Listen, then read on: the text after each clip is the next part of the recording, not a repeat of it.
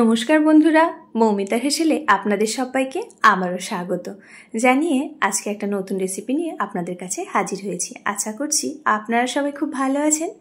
দেখুন, আজকে ওল নিয়ে হাজির হয়েছি। এরকম একটা ওলের রেসিপি কিন্তু তাড়াতাড়ি বাড়িতে বানিয়ে নিতে পারেন। রসুন পেঁয়াজ কিছুই দেব না, কিন্তু খেতে হবে দুর্দান্ত এই ওলের রেসিপিটা। তার জন্য দেখুন, ওলগুলো আমি ছোট্ট ছোট্ট করে প্রথমে কেটে ধুয়ে নিয়েছি। 500 গ্রাম ওল নিয়েছি, দিয়ে ভালো করে কেটে ধুয়ে পরিষ্কার করে নিয়েছি। এবারে আমি এটা সরিয়ে রাখছি। আর তার সাথেই নিয়েছি দেখুন একটা বড় সাইজের আলুগুলো আমি ঠিক একই রকমভাবেই ডুমো ডুমো করে কেটে নিয়েছি। এই আলু আর ওলটা ঠিক এইভাবেই কেটে নিতে হবে। আর এদিকে আমি গ্যাসটা জ্বালিয়ে প্রথমেই গ্যাসের মধ্যে কড়াইটা বসিয়ে দিলাম। এবার কড়াইটা গরম হবে সেই পর্যন্ত একটু ওয়েট করতে হবে। তারপরে দিয়ে দিচ্ছি দেখুন তেল। আমি এখানে সর্ষের তেল আর সাদা তেল মিশিয়েই কিন্তু রান্নাটা আজকে করব।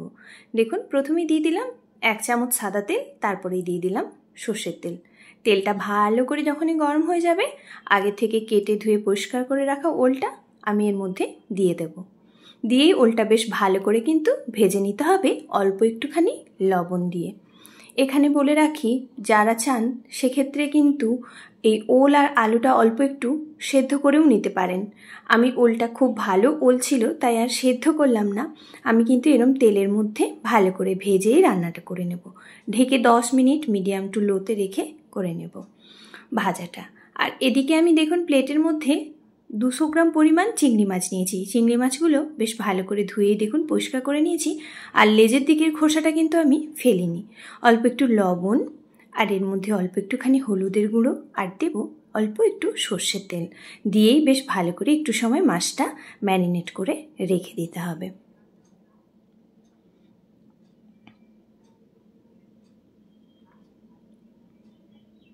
দেখুন, মাছটা কিন্তু ভালো করে সুন্দর করে ম্যারিনেট করা হয়ে গেছে। এবারে আমি এটা সরিয়ে রাখছি। আর এদিকে একটা বাটির মধ্যে আমি 2 চা চামচ মতো টক দই নিয়েছি। আর তার সাথে কিছুটা গুঁড়ো মশলা অ্যাড করছি। দিয়ে দিলাম 1 চামচ জিরের গুঁড়ো, ধনের গুঁড়ো, অল্প একটু হলুদের গুঁড়ো, তার সাথেই দিচ্ছি একটু চাট মশলা। এই চাট মশলাটা দেওয়ার কারণেই কিন্তু আমি যেহেতু ওলটা সেদ্ধ করিনি, আর এইভাবে যদি করেন, যদি একটু ওলটা কুটকুট করে অনেক সময়, সেক্ষেত্রে কিন্তু কিছুই করবে না, টেস্ট হবে খুবই সুন্দর। তাই আমি একটুখানি চাট মশলার ব্যবহার করলাম এখানে। দিয়েই বেশ ভালো করে দেখুন এটা মিশিয়ে নিচ্ছি। মিশিয়ে এটাও আমি সাইডে রাখছি। এদিকে ওলটা দেখুন কীরকম হয়েছে, ঢেকে রেখে দিয়েছিলাম। এবারে কিন্তু ওলটা বেশ সুন্দরভাবেই সেদ্ধ হয়ে গেছে। এখানে 50% মতো ওলটা আমার সেদ্ধ হয়ে গেছে। এরপরেই কিন্তু আমি এখানে অ্যাড করব আলু। ওলটা সেদ্ধ হতে যেহেতু একটু বেশি সময় লাগে, তাই ওলটা যখনই 50% সেদ্ধ হবে তারপরেই কিন্তু এখানে আলুটা আমি অ্যাড করছি। এই আলুটা অ্যাড করে অল্প একটুখানি হলুদের গুঁড়ো দিলাম। সবই কিন্তু আমি অল্প অল্প করে বারবার ইউজ করছি, তাই হলুদের গুঁড়োটা যখনই দেবেন একটু কিন্তু দেখে দেবেন। দিয়েই বেশ ভালো করে দেখুন আবার একটুখানি মিশিয়ে নিচ্ছি, যাতে করে হলুদটা ওল আর আলুর মধ্যে খুব সুন্দরভাবেই মিশে যায়। এইরকমভাবেই কিন্তু আমি আবার আলু আর ওলটা ঢেকে আরও 5 থেকে 7 মিনিট মিডিয়াম টু লোতে রেখে দেব। তারপরেই দেখাচ্ছি দেখুন কতটা সুন্দরভাবে ওল আর আলুটা সেদ্ধ হয়েছিল। এই ভাজতে ভাজতেই কিন্তু ওল আর আলুটা প্রায় আমার সেদ্ধ হয়েই গেছে। এইরকম অবস্থাতেই কিন্তু আমি এবার ওল আর আলুটা তুলে নেব।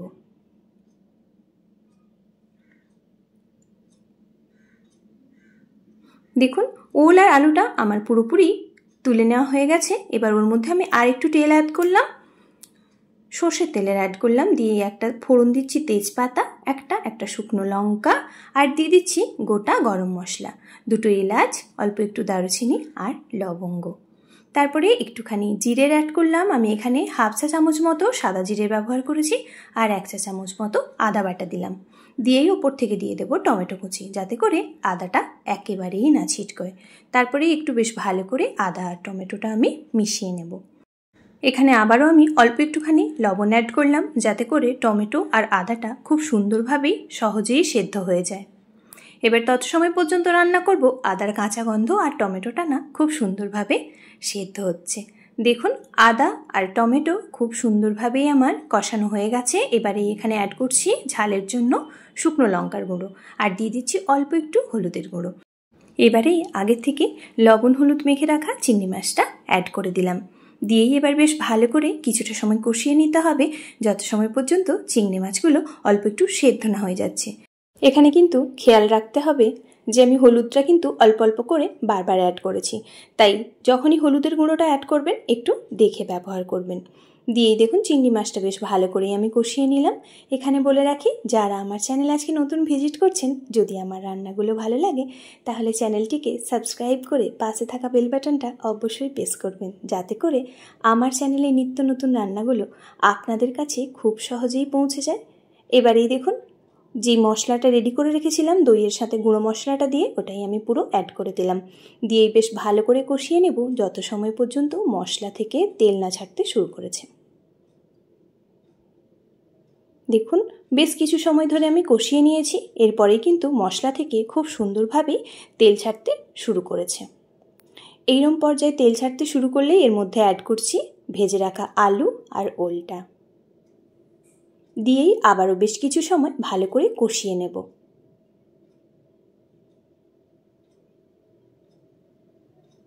এইভাবে একবার ওলটা বানিয়ে দেখুন, গরম গরম ভাতের সাথে কিন্তু দুর্দান্ত হয় খেতে, আর ভীষণই টেস্টি হয়। সব সময় রসুন পেঁয়াজ দিয়ে তো ভালো লাগে না রান্না খেতে, তাই রসুন পেঁয়াজ ছাড়াই এরমভাবে একটা ওল চিংড়ি বানিয়ে নিতে পারেন। গরম গরম ভাতের সাথে তো অপূর্ব লাগেই, আর দেখবেন ভীষণই পছন্দ করছে বাড়ির সবাই। দেখুন সুন্দর করেই কিন্তু আমার সব মশলার সাথে সুন্দরভাবে ওল আর আলুটা কষানো হয়ে গেছে। এবারে আমি এখানে গরম জলের ব্যবহার করছি। এখানে আমি 300 গ্রাম মতো গরম জলের ব্যবহার করলাম।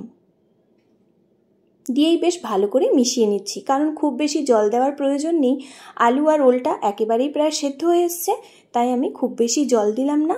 এরমভাবেই কিন্তু আমি এবার ঢেকে রেখে দেব মিনিট 5 মতো, মিডিয়াম টু লো ফ্লেমে।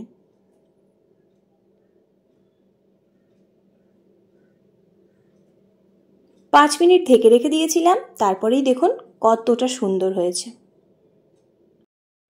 দেখে নিশ্চয়ই আন্দাজ করতে পারছেন যে কতটা সুন্দর দেখতে হয়েছে। দেখতে যেমন হয়েছিল টেস্টটাও কিন্তু দারুণ হয়েছিল। তাই বলবো এইরকমভাবে একবার ওলের রেসিপিটা বাড়িতে বানিয়ে নিতে পারেন।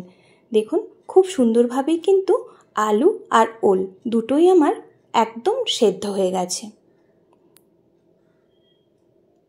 এরমভাবেই কিন্তু আমি এবার রান্নাটা করে নিতে হবে, তবে এর থেকে আর বেশি রান্না করবেন না, সেক্ষেত্রে কিন্তু একেবারেই ঝোলটা বসে যাবে। নাবানোর আগে এর মধ্যে অ্যাড করছি টেস্ট ব্যালেন্সের জন্য 1 চা চামচ চিনি, আর দিয়ে দিচ্ছি গরম মশলা। এই গরম মশলাটা দিয়ে এবার একটুখানি হালকা হাতে নাড়িয়ে গরম গরম ভাতের সাথে পরিবেশন করতে পারেন। দেখবেন দুর্দান্ত টেস্ট হয়, আর কিচ্ছু লাগবে না দুপুরবেলা গরম ভাতের সাথে যদি এরম একটা ওল চিংড়ি থাকে। দেখুন এরম অবস্থাতেই আমি এবার এটা নামিয়ে নিচ্ছি।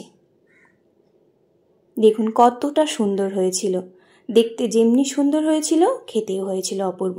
আপনারা যদি টেস্ট বাড়াতে চান এখানে কিন্তু একটু অল্প ঘিয়ের ব্যবহারও করতে পারেন। আমার এই রেসিপিটা যদি আপনাদের ভালো লাগে তাহলে অবশ্যই একটা লাইক, কমেন্ট, শেয়ার, সাবস্ক্রাইব করতে ভুলবেন না। যদি কোথাও ভুল থাকে সেটাও একটুখানি বলে যাবেন। আর এতটা সময় দিয়ে আপনারা আমার সঙ্গে থেকে আমার ভিডিওটা দেখলেন, তার জন্য আপনাদের অসংখ্য ধন্যবাদ। ভালো থাকবেন, সুস্থ থাকবেন, আর আমার সঙ্গেই থাকবেন।